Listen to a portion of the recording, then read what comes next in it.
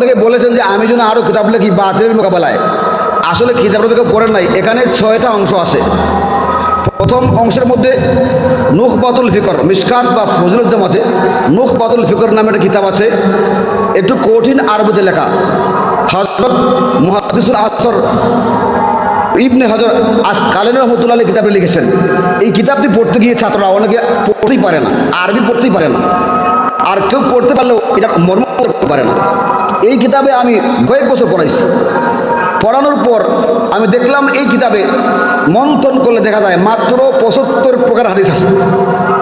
আমি সবগুলিকে আমার নিজস্ব একটা সিরিয়ালে বিন্যস্ত করলাম।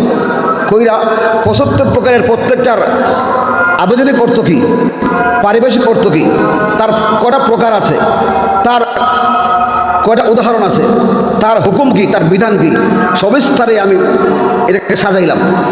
এরপরে দ্বিতীয় অংশে আদালতে সাহাবায়ে কেরাম সত্যের মাপকাঠি, মেয়ারে হক, এই কথাটা নিয়ে আমাদের সমাজে এখনো দুর্বলতা আছে। কিছু লোক সাহাবায়ে কেরামের সমালোচনা করেন। আমি চিন্তা করলাম হাদিসের ফাঁক ফুকর দিয়া কিছু লোক এইটার চেষ্টা করেন। এমনকি তারা বলেন যে সাহাবায়ে কেরাম তারাই নিজেরা দ্বন্দ্ব করেছেন, এক সাহাবীর বক্তব্য দিয়ে আরেক সাহাবীকে ধরেন। এই কারণে আমি আমার এই কিতাবে দ্বিতীয় অংশে আদালত সাহাবা নামক অধ্যায়ে 10টি কোরআন শরীফের আয়াত, 10টি হাদিস, 10টি ইজমার উদ্ধৃতি এবং 10টি যুক্তি, এই 40টি যুক্তি দিয়ে সাহাবায়ে কেরাম যে সত্যের মাপকাঠি, তারা যে অনুসরণীয় অনুকরণীয়, এই কথাটা আমি প্রমাণ করার চেষ্টা করেছি। এরপরে তৃতীয় অংশে সেহাসিতা, আমাদের বাংলাদেশ সহ গোটা বিশ্বে 6টি কিতাব আছে। বুখারী শরীফ, মুসলিম শরীফ, তিরমিজি শরীফ, আবু দাউদ শরীফ, নাসাই শরীফ, ইবনে মাজাহ শরীফ, 6টি কিতাব শ্রেষ্ঠ কিতাব হিসেবে সকলে জানেন। এই 6টি কিতাবের দাস যারা গ্রহণ করেন, যারা দাস দিয়ে থাকেন, তারা এই কিতাবগুলির মুসন্নিফ জীবনী জানতে চান।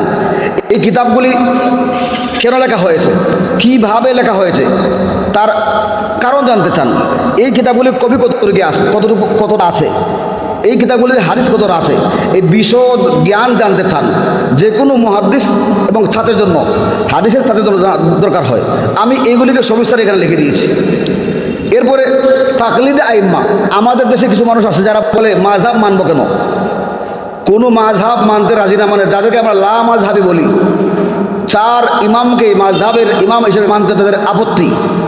তাদের যত প্রকারের আপত্তি আছে, যে সকল ফাঁক ফুকুর দিয়ে তারা ধোঁকাবাজি প্রশ্ন করেন, সবগুলো প্রশ্নের জবাব আমি আমার এই কিতাবে এখানে 300 পৃষ্ঠা থেকে নিয়ে তাকলিদ আইম্মা বা ইমামগণের অনুসরণ এখানে আমি উল্লেখ করেছি। এমনকি আমাদের মুনাজিরে আজম অলিপুরি হুজুর হাফিজাহুল্লাহর একটা বক্তব্য আমি এখানে তুলে ধরেছি।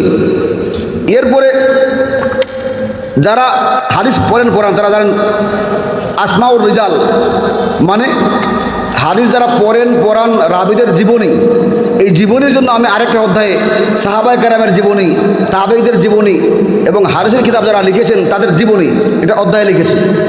এরপরে আমাদের বাংলাদেশে মিশকাতুল মাসাবিহের শুরুতে মুকদ্দিমাতুদ দেহলভী, আল্লামা আব্দুল হক মুহাদ্দিস দেহলভী রহমতুল্লাহ আলাইহি, তিনি একটি অনবদ্য সংকলন মুকদ্দিমা হিসেবে, ভূমিকা হিসেবে লিখেছেন আরবি ভাষায়। অনেক ছাত্র আছে পড়তেও পারে না, অনেকে পড়তে পারলেন তার মর্মত করতে পারে না, অনেকে হরকত লাগাইতে পারে না। আমি চিন্তা করলাম যেহেতু এটা উলুমে হাদিসের লেখা, একেবারে স্বচ্ছ একটা সংকলন, আমি এইটাতে আরবিতে হরকত লাগাইয়া তার এমন অনুবাদ দিয়েছি যেটা পড়লেই বুঝতে পারে। এই অংশটা আমি একেবারে শেষে এই যে আরবিতে হরকত লাগাইয়া অনুবাদ দিয়ে দিয়েছি।